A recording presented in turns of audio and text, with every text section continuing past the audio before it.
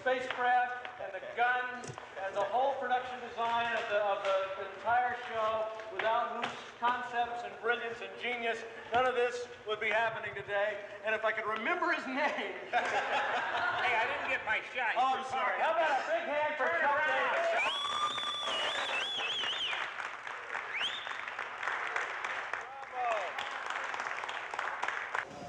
Well, it all is initiated with a story conference with the producer, and in this case we were fortunate enough to have the cinematographer as well. And out of that came a style that we all agreed on. Tell us about the designing of the shuttlecraft. They were designed modularly so that we could have the capabilities of expanding them to make them larger. In one instance, one vehicle that is not shown here on stage is over 60 feet long, and that appears in the first landing at the refinery. That vehicle then, by removing modules, we could reduce it down to the size of this, and a further reduction, and it gets it down eventually to the size of the small fighters. 7 noses and tails, 5 vehicles which we used and will use today, and 2 of them we blew up. If we show people getting into one of these, and then we show one of these approaching the mothership, and it becomes a very minute dot compared to this huge craft, now we're starting to say something about the direction that we're trying to go with size. The miniatures are direct replicas to these. So the miniatures are geared off of what we've established in full size. They're used in the motion control process that allows us to marry up the miniatures with our full-size sets. I don't think you can really do anything wrong, because who's to say what the inside of this would really look like? And that's where some of the fun came in, because in my department, with the staff of people that we have, tremendously talented people, they all had their ideas and their input. And in many instances, I just became a funnel that all that talent poured into, and I got to rechannel it where it best applied. They helped come up with the concepts of being able to make it longer or shorter, and the ways to move it. They never have any problem blowing them up. Right. Well, You give these guys a chance, they'll blow up during or anything. we've blown one up twice. We blew it up and brought it back into our facility on stage here, stage 2. Rebuilt it in 4 days and blew it up again. And actually, I think it looked better the second time. But it's not worth fixing again. No.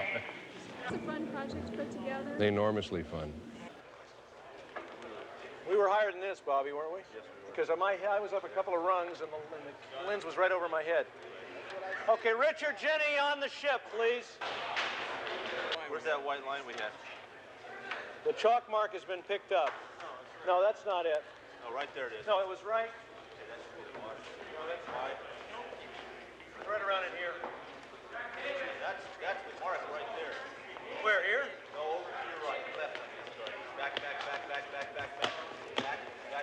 up, right. Jeannie, give me a number if you're on. I think the bottom frame line was lower than that, John. It shouldn't be, Okay. if you want to have the guys in the catwalk.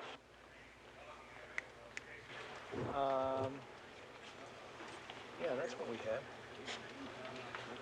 I think so too. Yeah, we're just on the set, right? Okay. Okay, let's do it. You guys on the catwalk, no spitting. Here we go. Burning. Barker. And background. Action. Here. Here, all right. There, a little more. The background who are passing the Earth people might give them a couple of glances and check them out a little bit. It's the first time you're seeing them on board here. Same with the fellas upstairs. Take a looking down a little bit, you know, trying to see what you can see. Checking out the Earth females. You're going to be here for a while. Janie works next with Jenny and Richard, up on the top. Okay, and some background people in the background coming along behind. We'll be up there, pumping this way. Then we'll jump into the far end and come across. I was watching all those rehearsals. Yeah, well, that's what I was rehearsing them up there. So we'll come across them into the main body of the ship. Going to be at CBS. That was the piece that we were going to shoot at CBS, and we'll do it here instead. Okay. Jack? Well, it's a shadow recorder. How tight on Jenny am I? I'm right into here. Jimmy here, I'm on 100 millimeter, which is full figure, a little more than full figure, walking down to Sharon and Cynthia at the far end. Full figure, Jimmy, don't do anything repulsive. And then we'll put all the plate shots at the end, and then we'll play musical spacecraft and juggle it around at the very end. How much more do we have? On Richard? Oh, he's got to go soon, doesn't he? Right after lunch, maybe. At least he's going to double check. I got this shot and one more, and we'll be okay. We should be able to get him out by noon. That's okay. That's fine. So I can see. 1 second. Wait a minute. Okay. Okay, ready, Jimmy, and action! Well, V is a story about many things at once. It's the story of the takeover of the Earth from another planet, people from another planet, but it's also the story of how people respond during wartime. Some people won't allow their neighbors any space for hiding, and other people say, yes, you can come into my house, I'll protect you because all men are my brothers. Other people bury their heads in the sand. And so it's a story about, it's an adventure story. It's a mystery and it's an adventure, but it also touches on the way human behavior works. Well, I think there are some of us who look at obstacles as insurmountable, and there are some of us who look at obstacles as challenges to overcome and opportunities to better ourselves and to live up to our own promise as human beings. The guy that I'm playing is Mike Donovan. He's a person that tries his best to live up to the promise of being a human being. He feels a sense of responsibility toward other people, so he doesn't lie down under the yoke when the Earth is being taken over. He fights back. He becomes the strong arm of the resistance. He does what the man on the other side of this lens does in real life. He's a photographer. A news cameraman is what he is, and that allows him access into the alien craft and also gives him a nice standpoint to view all of humanity. Very often, newsmen are allowed to go places that the rest of us civilians aren't able to go, and so it provides a good format for this guy to get in where the bad guys are and see what they're doing. I had to do some very strenuous special preparation for this. I had to keep down the bubble of enthusiasm and joy so that when I got on the set, I looked like a professional and wasn't giggling in front of the cameras all the time. And the second thing that I had to do was our producer, Chuck Bowman, was very kind in establishing liaisons between myself and real news photographers and real news teams. And in that way, I was able to assimilate some of the real aspects of the heroism of these people's professions. I don't think that any of us know exactly what kind of heroes are in different trades in our society. But I think some of the greatest heroes that exist are in the news profession, those people that bring us tapes from destruction in El Salvador, and people that bring us tapes of the Vietnam crisis and things like that. These are people that lay their lives on the lines so that humanity can be informed as to what it's doing and how to rectify situations that it doesn't like.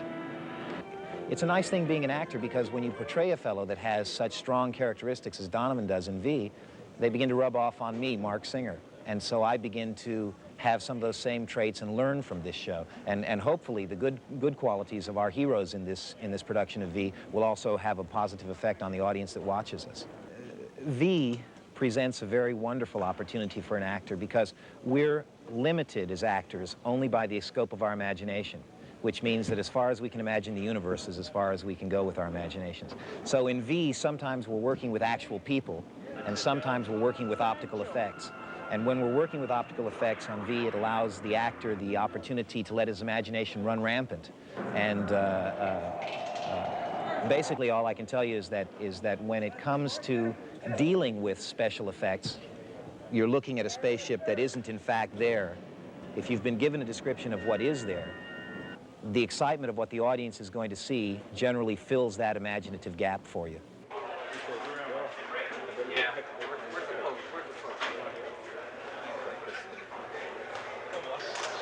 This is a best work converter. your best acting goes in here and comes down these little tubes, and goes around the other side, comes out as close-ups, which drop on the editing room floor. And then on out. And then I'll start my movie. Or should I come back to here again? I guess it's best to do it just. I think you just slide back that way. That's what I think I do. Why don't you start right here and walk that way? Keep going, another 20 feet. Go, Mark. Coming through. Well, we're kind of, did you see the guys down here? I did. That's what he was lingering. The idea being that, okay, and then he goes as we said, just as the guys have passed, then he goes. How'd you zoom over? Is that okay? Do you believe in this? It's, yeah. Sure, because I almost did too. Yeah, that's what I was going to say. It's hard. Let's try it again. Let's rehearse it one more time. Watch your toes. Pretty well in there, sidelines. But it doesn't matter to me if it makes that work okay. Yeah, but I just want to make sure that it all comes to that we see them, and we see you see them, and we see you duck back. Yeah. And, you know. Yeah, what? Ready, Rick? Close the door. I hope so. Harder. And background. Doors. Pan, Ricky. Tommy.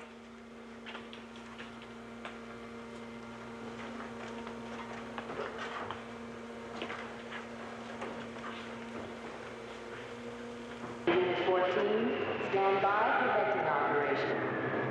Unit 14, stand by for venting operation.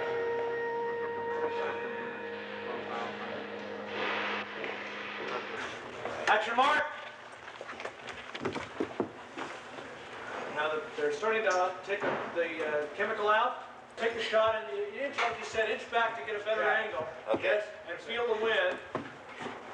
And that, well, now I'm out of the line. Oh, here, okay, gotcha. When you try to open it on the right-hand side, so it doesn't look like you know it's going to open on the left. You know what I mean? Okay. Wind, right, here. From San Diego at 2150, 2200. Okay, let's go. And turning. You mean Barker. And action. Background. Come up. Got it, and feel the air, lean back a little bit. Gee.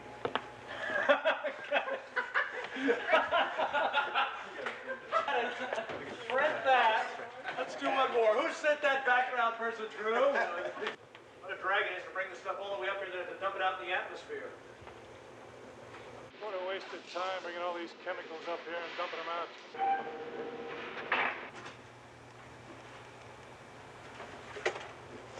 And ducking through the cage. How fast was the zoom? It was about 1, 2, 3, 4. Right. Okay, good. Print it. Let's go around, guys. Could be contained within cryogenic tanks. Cryo. Cryo? Yeah. Cryogenic tanks. Cryogenic. Super cool for maximum efficiency in storage. Well, now you also mentioned living quarters for the crew. How many are there on each ship? It varies. Richard, come on in. Can we talk to some of them? Oh, you will, Christine. Right now? Do it again. It's too hot. Gotta go around to our curve right, Ricky. Just got a backlight and we'll go back in your face. Okay. Doug, how's that? One more. It's too hot. 4. Okay. Good. It's for 3D. Okay. The idea of the curve, which is great because it follows the curve of the mother ship, Right. and all of that. It just reflects all that. Yeah, but can we get them so that they're bigger in the foreground like they are here?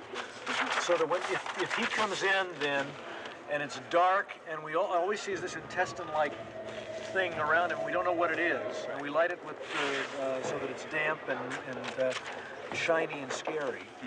And then he gets up to here, and the lights come on. Martin turns the lights on, and we see all of these. He reacts, still not sure what it is, and then I cut into the closer angle when the lights come on in the very foreground here at the end. And he sees what they are. And then for the reverse, I just cheat him over against one way or the other. Or I can reverse right into here. Yeah. So if Donovan's here, looking at Quentin, let's say here, facing that way, then I can come around this way and have more cocoons behind him. Right. Can it go up stage, or is that what the color is? No. There we go. They win. Keep going, keep going. Another foot, Sal. Look out for that junior. That's good. Move that a little bit to my right. Camera right. Which one? That last one on the left side. Jimmy. I'll tell you how. Wait. Where do we get some people in there? Can we see first team standing there? Yeah. How are they going to do? Watch this. First team. Height in 185, and we see their feet. We got Denny, hold it right here. Denny, you got Denny's head height? In 185, you got it. Great. Yeah, and it's great. Okay. Let's go, or we have to sit here through another one. And the thing's frozen on the clock to start it.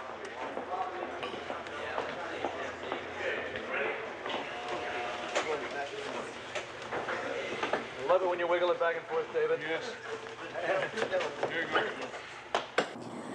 I think the story, more than anything, is a human story. I mean, more than what the trailers are saying, and more than what the promotions are saying. I think it's a story about people banding together, and how kind of ridiculous world war and wars between nations seem when you're faced with something a lot bigger. And I think it shows people from all walks of life getting together and just looking at the unimportance of racial prejudice, of just fighting with each other when they see something that's a lot bigger than they are. My character is wonderful. She's a med student. She does research in the biochemistry lab. And also does rotation. She's in her 3rd year, so she does rotation at the hospital. And what she wants more than anything is to be a doctor and maybe go into research. And all of a sudden, she's faced with something that pushes her into a position of getting this thing over with, so she can go back to her work and go back to life as it normally is. She grew up as a conformist. She's a Republican. And she really doesn't want to have anything to do with this, but it all happens so quickly that she doesn't have a chance to think about it. She just moves and does it. Yeah, he's going to bail out when I go through the gate. Speed camera, Mark. Action on the trucks, Jimmy.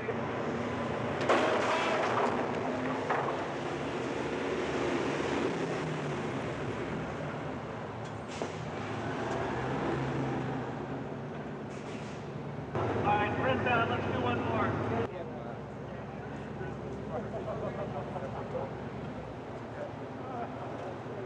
When you see this gentleman through the window of this vehicle, he's way to the left of it, 30 feet. From Bill's shot, you're going to have to cut out of it too quick. Steve, jump off a little sooner then so that you got a shot at stopping and throw the Molotov cocktail. When is he going to run in? He's going to run in as the resistance fighter jumps off and is about to throw it. No, go more to your left, Steve, so you're more lined up in. Yeah, a little more this way. So when he throws it, you can really duck back as the flames come at you, okay? I won't block him, the man getting off the truck, will it? Boom! Fire and duck back through it, yeah. So? Well, the jump off is not good. He's awfully little back there. He's crouching so low. Rolling.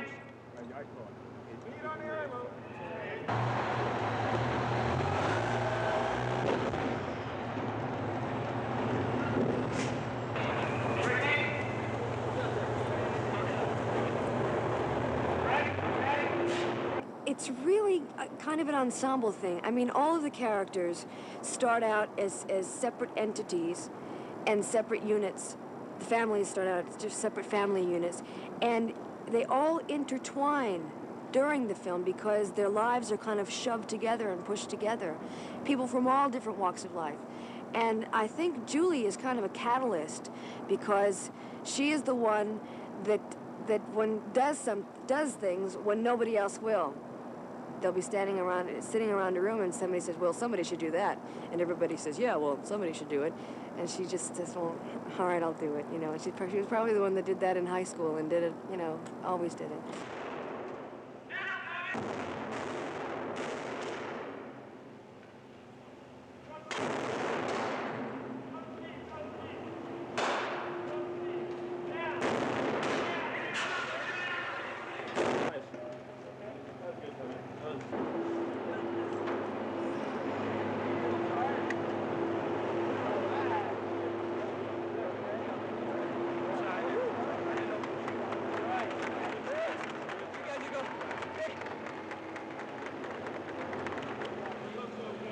Nice one, bud.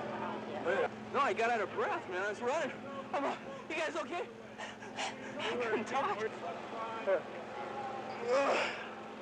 One thing I took the breath from him, and he said, don't breathe. Well, I didn't take a breath just before I went down, and I was running out of breath.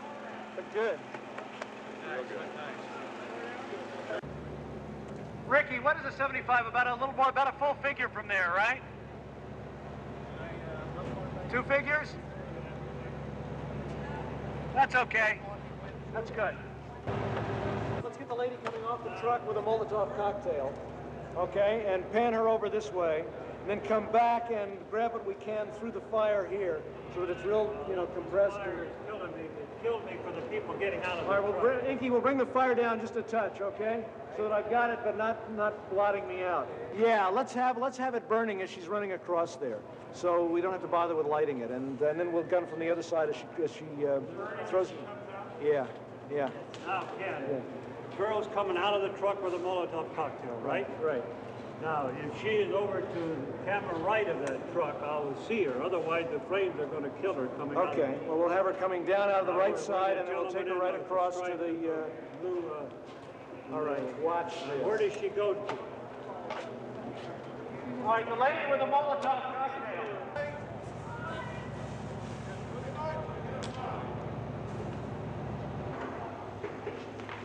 Janet.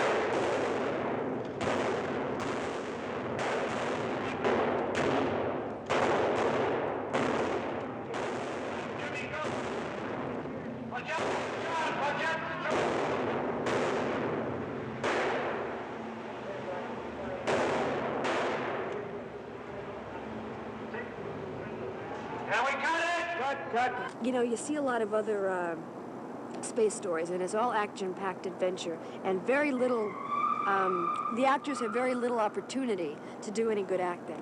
And we've had some real nice opportunities here, and there have been some good performances from so many talented actors. Now, what about his height, his eye height? Because we were talking about this being higher. We were talking about this being higher than where Donovan would be seen.